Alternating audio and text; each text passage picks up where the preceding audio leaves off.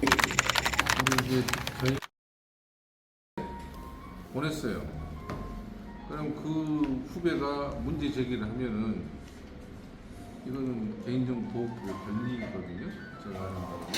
예, 그것은 동물 주소록이 선거 목적이 아니라 동물 침묵 목적이 되는 거잖아요. 이게 또 대량으로 뿌려지게 되면 뭐 법으로 가면 이게 다 조사가 들어가게 되는 거고, 그리고 내부적으로 또 소송되고 이것도 몇 년이 흐릅니다. 3년, 2, 3년. 그러면 또 치과계가 어떻게 되겠습니까? 그래서 이게 우리가 뭐 당선이 되려고 한 것도 아니고 영향을, 그래서 선관위라고 이제 표현합니다. 선관위 이렇게 요구한다. 특정 후보를 지칭하는 게 아니라 그런 시스템을 만들어라. 네? 공정한, 그러니까 문자는 공정하게 가요. 카톡이나 SNS에 대해서는 기준이 없어요. 이 기준을 지금 SNS 세상에 공통적으로 할 수 있겠다. 가령 이게 젊은 후보가 나왔습니다. 동창회를 안 했어. 그럼 주소를 줬거든요. 그럼 기존에 동창회 뭐 회장이든 부회장이든 한 사람들, 임원한 사람은 주소록이 있어요. 그러면 그 사람이 나와서 선거를 한다. 그럼 그게 정보에서 불공정이잖아요. 누구나가 똑같이 공평성이라는 것은 똑같이 노출이 돼야 한다는 거죠. 네? 시작이. 네. 그게 이제 그 부분이 현 시스템에서는 문제가 있다. 그래서 이 부분을 앞으로 선관위가 해결해야 할 부분인 것 같고, 또 이게 보니까 시스템이, 저도 와서 보니까 전부 비법률가들이 다 모여가지고 법을 하나도 모르는 사람이 모여가지고 무슨 후보들이 이거 문제 제기를 했어요. 그럼 투표로 결정해요. 이게 무슨 법에 관한 부분인데 다수결로 결정을 하더라고. 나는 그래서 희한한 시스템의 선관위구나 이게. 예? 이건 철저히 법적인 부분이거든요. 그래서 법의 전문가가 와서, 뭐 기자님 말한 것처럼 외부의 전문가를 선관위원장 초대하든지, 그러면 충분하게 법 전문가가, 변호사든 어떤 전문가가 그래서 자문을 통해서 어떤 이 불법성, 비법성에 대해서 이야기를 하는 게 맞는 것 같고, 애초에 불씨를 없애자는 거죠. 불씨를. 나중에 또 불복해서 누군가 문제 제기할 수 있는 그런 내부적 소모전을 없애기 위해서 우리가 이 자리에 모였습니다. 제가 이제 서두 한 말씀 드렸고 왜 모였는지, 그래서 우리 3번 캠프에 또 말씀. 선관위에서 공명방대한 안을 처리할 시기가 있습니다.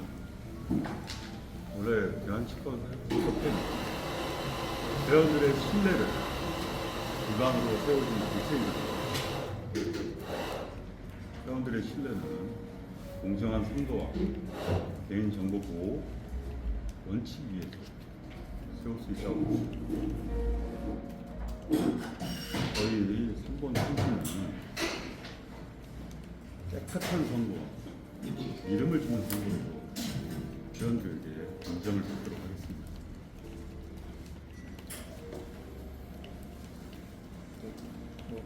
부회장 후보님 말씀하시죠. 기자분들 다 아시겠지만 지난 박태근 그 회장 이 선거 무효 소송의 원인 중에 하나도 개인정보법 위반입니다. 지금 그 후보님께서 말씀하셨듯이 그런 그 출처를 알 수 없는 그런 루트를 통해서 그 카카오톡이 지금 오고 있다. 그 많은 제보를 받았거든요. 근데 이제 뭐 저희만 받은 게 아니라 각 캠프들도 받고 일반 회원들도 받고 있는 상황인데 사실 그분들 중에 한 명만이라도 개인정보법 위반에 대해서 어떤 법적인 절차가 진행된다고 하면 이거는 요즘 개인정보법 위반은 어떤 한 단건만 있더라도 벌금 60만 원 이상입니다.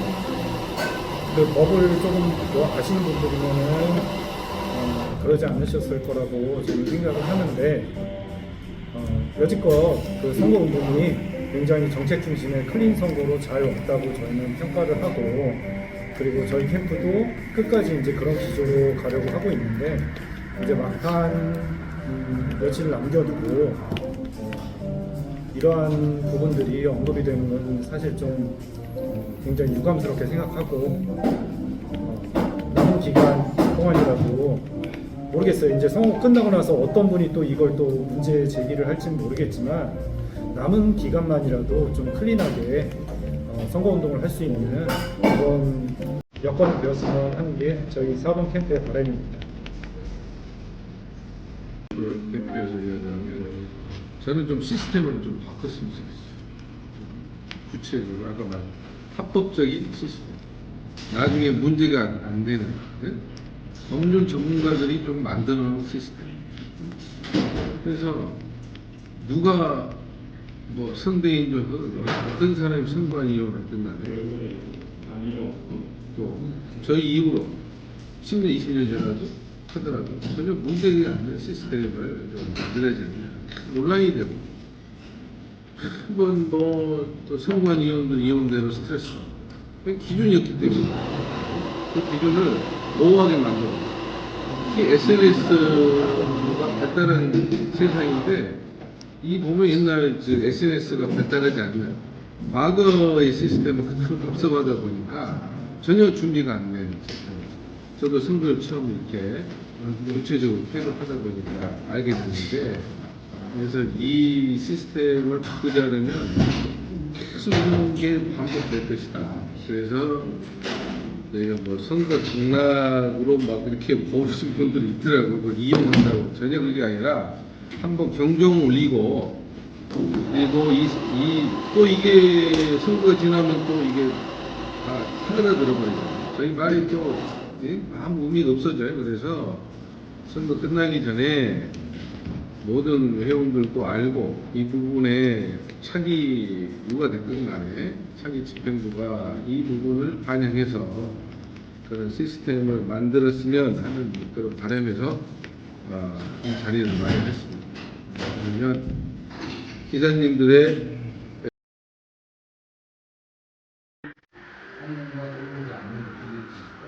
정보 저희는 가지고 있어도 안 했어요.